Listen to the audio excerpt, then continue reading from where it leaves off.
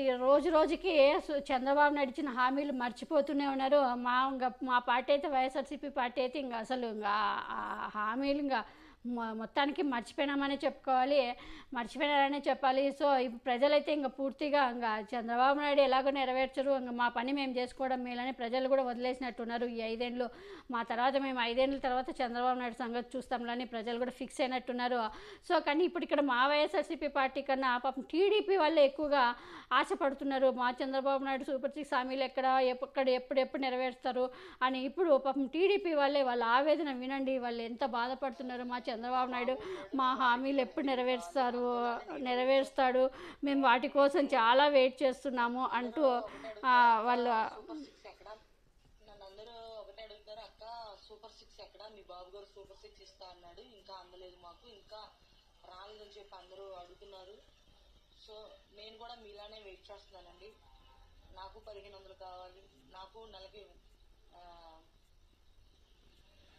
Gas బండ్లో కూడా కావాలి. అలానే మా బాబు ఉన్నాడు, వాడికి 15,000 కావాలి.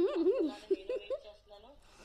వస్తాయి అలా ఈమె కరుడు కట్టిన టీడీపీ మహిళ అనమాట. ఈమె ఎప్పుడు డ్యాన్సులు వేస్తూ చంద్రబాబు నాయుడు జయం జయం చంద్రన్ అంటూ పాటలు పాడుకుంటూ పాపం చాలా కష్టపడింది. మొన్న ఇన్స్టాగ్రామ్లో ఎక్కువగా చంద్రబాబు నాయుడు గురించి, నారా లోకేష్ గురించి, టీడీపీ పార్టీ గురించి రీల్స్ చేస్తూ పాపం చాలా కష్టపడింది అనమాట. జగన్మోహన్ రెడ్డి గారిని తిడుతూ ఎప్పుడు.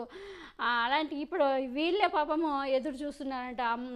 తల్లికి వందనం 15,000, 3 గ్యాస్ సిలిండర్లు ఫ్రీ, తల్లి చాలా పాపం వాళ్ళే. అంటే మా వైఎస్ఆర్సీపీ పార్టీ వాళ్ళకి తెలుసు చంద్రబాబు నాయుడు ఎలాగో నెరవేర్చరండి. పాపం వీళ్ళకి ఎంత అది చంద్రబాబు నాయుడు వెన్నుపోటు పొడిచి మోసం చేసినా అయినా కూడా జయం జయం చంద్రాన్ని అంటారనమాట ఈ టీడీపీ పచ్చ వాళ్ళు. మరి ఇప్పటికైనా బుద్ధి తెచ్చుకొని ఇప్పటికైనా Chandrababu Naidu cunning fellow, Chandrababu Naidu cunning మనిషి అనేది తెలుసుకుంటూ ఇప్పటికైనా ఈ పచ్చ మహిళలు, పచ్చ నాయకులు, కార్యకర్తలు ఇప్పటికైనా వాళ్ళ కుటుంబ సభ్యులు బాగుపడతారు. అంతేగాని ఎవరో కొందరు బాగుపడడం కోసము వీళ్ళు ఇలా